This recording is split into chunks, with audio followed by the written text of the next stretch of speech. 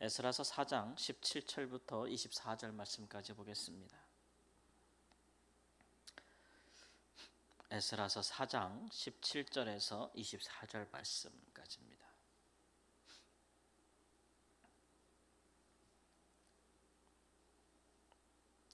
4장 17절 말씀. 왕이 방백 르훔과 서기관 심세와 사마리아에 거주하는 그들 동관들과 강 건너편 다른 땅 백성에게 조서를 내리니 일러스되 너희는 평안할지어다. 너희가 올린 글을 내 앞에서 낭독시키고 명령하여 살펴보니 과연 이 성읍이 예로부터 왕들을 거역하며 그 중에서 항상 패역하고 반역하는 일을 행하였으며 옛적에는 예루살렘을 다스리는 큰 군왕들이 있어서 강 건너편 모든 땅이 그들에게 조공과 관세와 통행세를 다 바쳤도다. 이제 너희는 명령을 전하여 그 사람들에게 공사를 그치게 하여 그 성을 건축하지 못하게 하고 내가 다시 줘서 내리기를 기다리라. 너희는 삼가서 이 일에 게으르지 말라. 어찌하여 화를 더하여 왕들에게 손해가 되게 하랴 하였더라.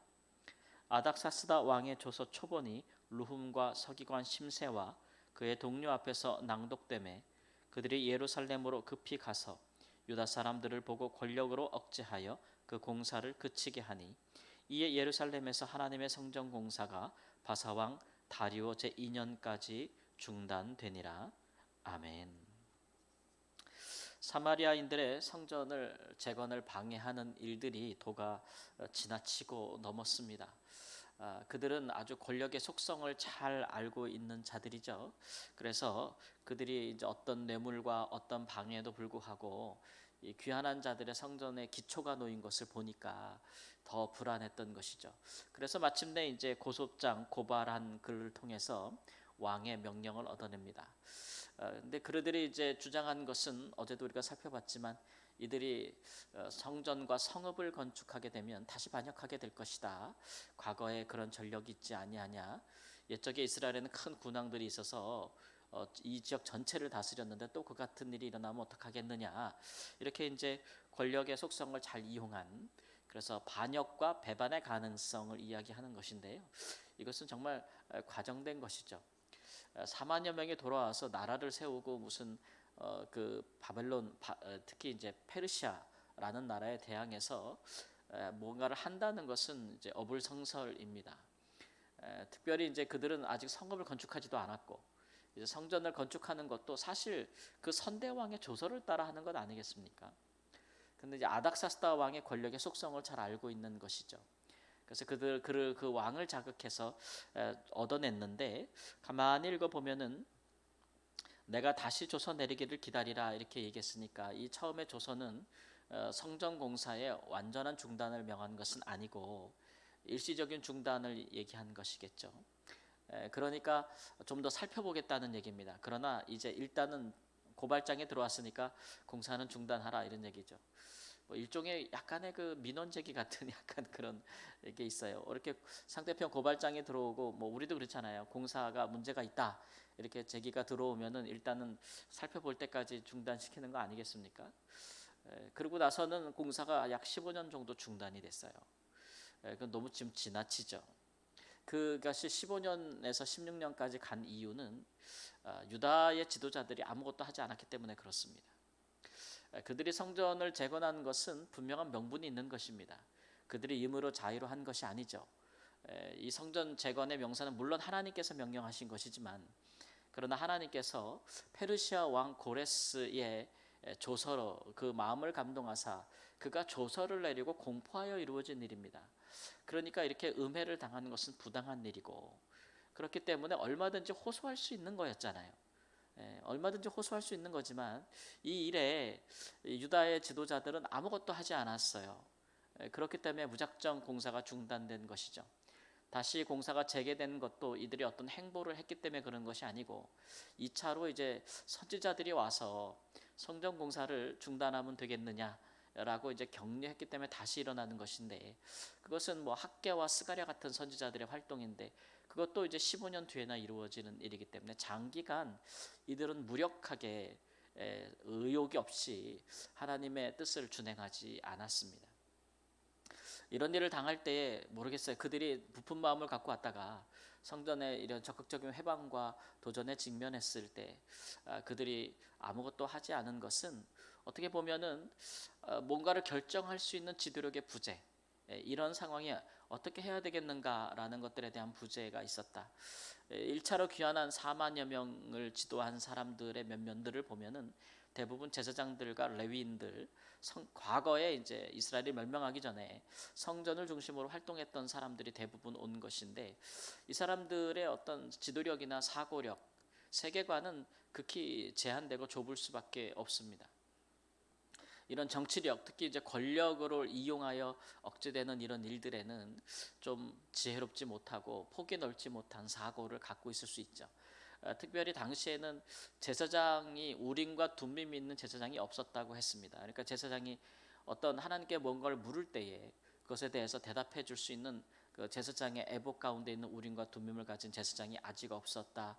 뭐 그런 걸로 봐서 공동체가 중요한 상을 결정할 만한 어느 강력한 리더십이 없었다라는 것으로도 우리가 추정해 볼 수 있겠지만, 그러나 이제 학개와 스가랴서의 내용들을 우리가 종합해 본다면 꼭 그런 외부적인 요인에 의해서만 억제된 것은 아니다라는 것을 알 수가 있어요.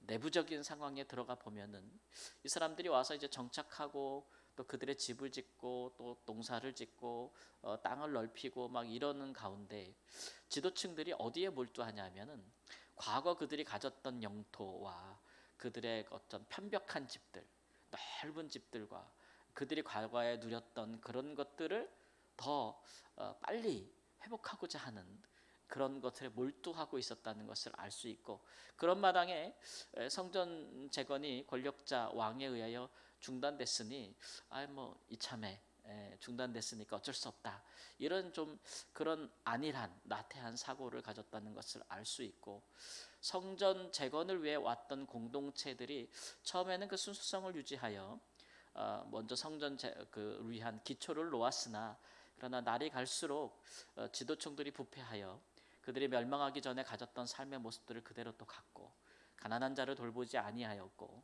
그들이 더 토지를 이어서 또 대토지를 소유하려고 하고 또 더 많은 그런 크고 웅장한 집에 거하려고 하는 그런 어떤 그런 욕심들 때문에 그들이 모든 공동체를 하나로 묶을 수 있는 성전 재건에 대해서 이렇게 무기력한, 어떻게 보면 삶의 우선순위를 완전히 빼앗긴 그런 모습을 보여주고 있었다.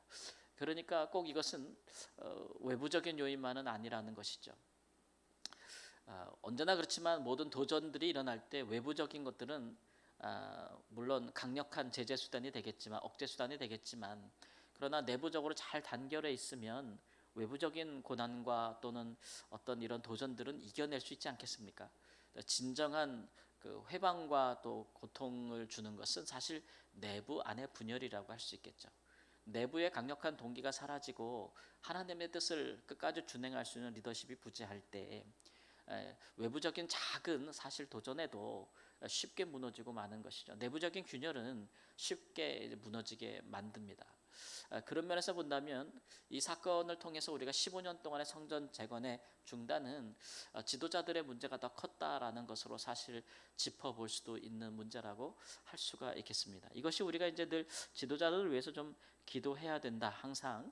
또 지도자들의 좋은 지도력, 또 강력한 지도력, 또 섬김의 지도력, 이런 일이 있을 때 지도자들이 그렇게 쉽게 물러가지 않고 공동체를 모아서 함께 기도하면서 그들에게 있는 어떤 모든 수단, 특별히 이제 이 성전 재건을 하나님께서 이방 왕을 통해서 했다는 것을 알고 있지 않습니까? 그렇다면 그 후대에 오는 다른 왕이 일시 중단시켰다 할지라도 그들이 정당한 명분이 있기 때문에 외교력을 발휘해서 고발장에 제쳐진 것에 대한 그들의 어떤 변론의 요지를 대표단을 파견할 수도 있는 것 아니겠습니까? 뿐만 아니라 모든 포로된 자들이 다 오지 아니하였고 그 땅에 이미 남아 있는 사람들도 있잖아요. 그 이방 땅에 페르시아의 수도에 여전히 남아 있는 많은 유대인들이 있고 그들 중에는 또 관리들도 있고, 그렇기 때문에 그들과 또 소통하면서 이 문제를 풀기 위한 적극적인 노력을 하고 그런 부분들이 전혀 부재하다는 것이죠. 이런 것들이 참 안타깝다라는 생각이 듭니다. 이처럼 어떤 우리 특별히 이제 하나님을 믿는 사람들의 세계관은 좀 넓어야 합니다. 우리가 믿는 하나님, 우리가 믿는 예수님은 이것은 그분은 어떤 교회 위에 군림하는 분이 아니고 사실은 온 세상의 주가 되신다. 그렇기 때문에 그것을 믿는 하나님의 백성들이라면 우리가 무엇인가를 행할 때에 하나님이 누구든지 감동시킬 수 있다. 누구도 다 그의 통치 아래에 있다는 것을 믿어야 합니다. 뿐만 아니라 세상의 권력을 가진 사람도 결국은 하나님이 원하는 대로 쓰시는 도구들이다 라는 것들에 대한 분명한 인식을 갖고 있어야 하고, 그런 세계관을 갖고 그런 믿음을 가지면 선택이 달라지지 않겠습니까? 또 그런 것들에 대해서 이 권력 앞에서 쉽게 무너지지 않지 않겠습니까? 물론 우리가 권력에 우리가 무작정 반역하고 반대하는 것, 그런 것이 성경의 올바른 태도라고 얘기하지 않지만, 우리는 권력에 복종하고 또 선한 일에 우리가 순종하는 백성들이지만, 그러나 그 권력 위에 있는 하나님에 대한 권세를, 또 모든 권세가 하나님께로부터 난다는 것을 믿기에 이런 불의하고 부당한 일에 대해서 적극적으로 활용할 수 있는 권리가 있죠. 그런 부분들에 대해서 시도도 하지 않고 그냥 무력하게 있다는 것은 그들의 신앙이 얼마나 좁은지, 그들의 세계관이 얼마나 협소한지, 또 포로까지 갔다 와서도 하나님에 대한 그들의 신앙이 얼마나 그런 좀 넓지 못한지, 이런 것들을 좀 각성하게 해주는 것이고, 또 분명한 그들 안에 내부적인 요인들이 더 문제가 있다라는 것을 보여주는 거기 때문에 이런 부분들에 대해서 우리가 좀 신중하게 생각해 보는 중요한 사례가 아닌가 이렇게 생각을 듭니다.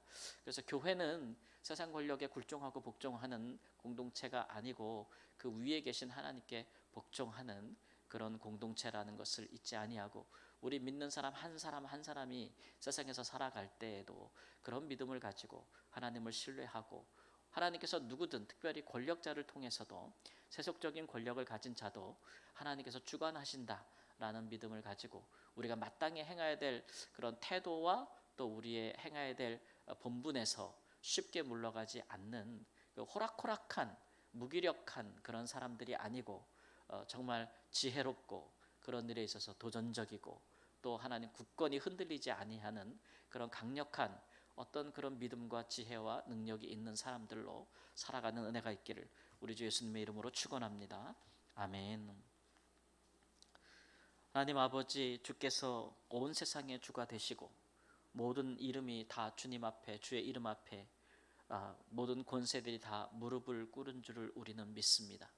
부활하신 주님께 또 우리를 향한 하나님의 선하심과 그 사랑하심을 끊어버릴 그 어떠한 권세도 없음을 우리에게 말씀하여 주시니, 그 어떠한 하나님 시도와 또 어떠한 도전에도 우리는 굴복하지 아니하고 우리의 믿음이 우리의 삶으로 하나님 나타날 수 있도록 도와주옵소서.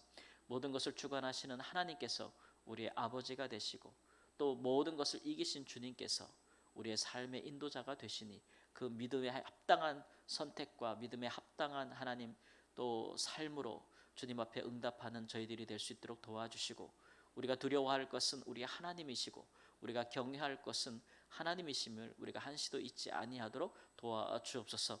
그러므로 주께서 우리에게 하라 하신 것들과 우리에게 명령하신 것들은 그 어떤 도전에도 불구하고 하나님 아버지 그런 것들을 물리치고 행할 수 있는 지혜와 능력의 사람들이 될 수 있도록 도와주시옵소서.